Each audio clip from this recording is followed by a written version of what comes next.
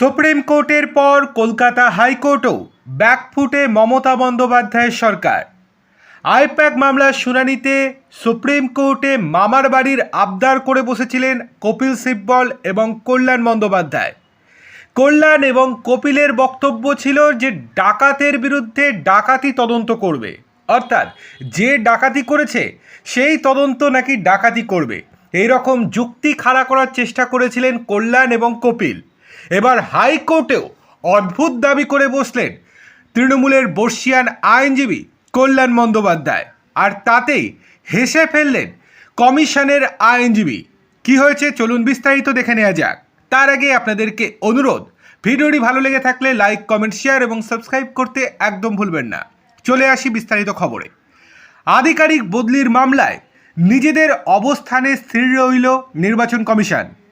Commission যদি মনে করে যে কোনো আধিকারিক নির্বাচন প্রক্রিয়ায় যুক্ত থাকলে নির্বাচন অবাধ ও সুষ্ঠুভাবে পরিচালনা করার ক্ষেত্রে অসুবিধা হতে পারে, তাহলে কমিশন সেই আধিকারিককে বদলি করতেই পারে, অথবা তাকে নির্বাচনী প্রক্রিয়ায় অংশগ্রহণ করা থেকে বিরত রাখতেই পারে।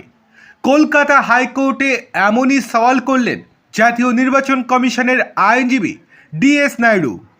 ভোট ঘোষণার পর পশ্চিমবঙ্গে মুখ্য সচিব, স্বরাষ্ট্র সচিব, ডিজি, পুলিশ কমিশনার সহ রাজ্য প্রশাসনের একাধিক আইএএস এবং আইপিএসকে বদলি করা হয়েছে। রাত 12টায় চিঠি দিয়ে মুখ্য সচিবের বদলির নির্দেশ দেওয়া হয়েছে। শুধু তাই নয়, একাধিক আধিকারিককে ভিন রাজ্যে পর্যবেক্ষক করে পাঠানো হয়েছে। কমিশনের এই সিদ্ধান্তের বিরোধিতা করে জনস্বার্থ মামলা হয়েছে হাইকোর্টে। কত আধিকারিককে বদলি করা হয়েছে এবং কোথায় পাঠানো হয়েছে বুধবার তার তালিকা কমিশনের কাছে চেয়েছেন হাইকোর্টের প্রধান বিচারপতি সুজয় পাল।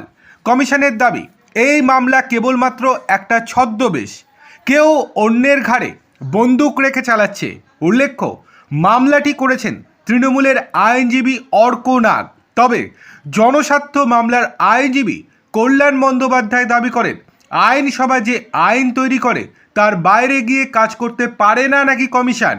কল্যাণ প্রশ্ন করেন, যদি অস্বচ্ছ প্রক্রিয়ার মাধ্যমে মর্জি মাফিক বদলি করা হয় তাহলে নির্বাচন অবাধ এবং সুষ্ঠু কিভাবে হবে? কমিশনের প্রতিটা পদক্ষেপ জনস্বার্থ হতে হবে এবং প্রতিটা পদক্ষেপ আদালত খতিয়ে দেখতে পারে বলে দাবি করেন কল্যাণ। তিনি বলেন, নির্বাচনের জন্য পর্যবেক্ষক সেই রাজ্য থেকেই নিতে হবে, অন্য রাজ্য থেকে নিতে গেলে রাজ্যের সম্মতি লাগবে। তার দাবি, 2026-এ আমাদের রাজ্যে কোনো নিয়ম মানছে না কমিশন। রাজ্য থেকে সব আমলা নিয়ে চলে গেলে রাজ্যটা চলবে কিভাবে? প্রশ্ন তুলেছেন কল্যাণ। লোকসভা নির্বাচনের সময় কি কেন্দ্রীয় সরকারের সচিবদের পরিবর্তন করা হয়? এই প্রশ্নও তোলেন কল্যাণ বন্দ্যোপাধ্যায়। মুখ্যমন্ত্রীর কাজে ব্যাঘাত ঘটানো হচ্ছে বলে দাবি করে কল্যাণ বলেন, 6 মে পর্যন্ত নির্বাচিত সরকারের মুখ্যমন্ত্রী দায়িত্বে থাকবেন। তার বিশ্বাসযোগ্য আধিকারিকদের ছাড়া তিনি কিভাবে কাজ করবেন?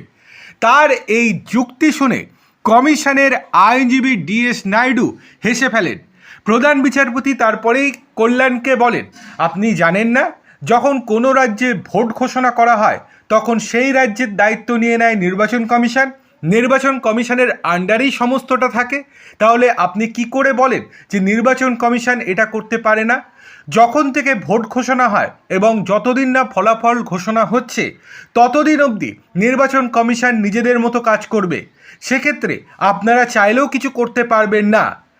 এর ক্ষেত্রে পরিষ্কার বোঝা যাচ্ছে যে কল্যাণ জেনেও যদি না বোঝার ভান করে তাহলে আর কিছু করার নেই।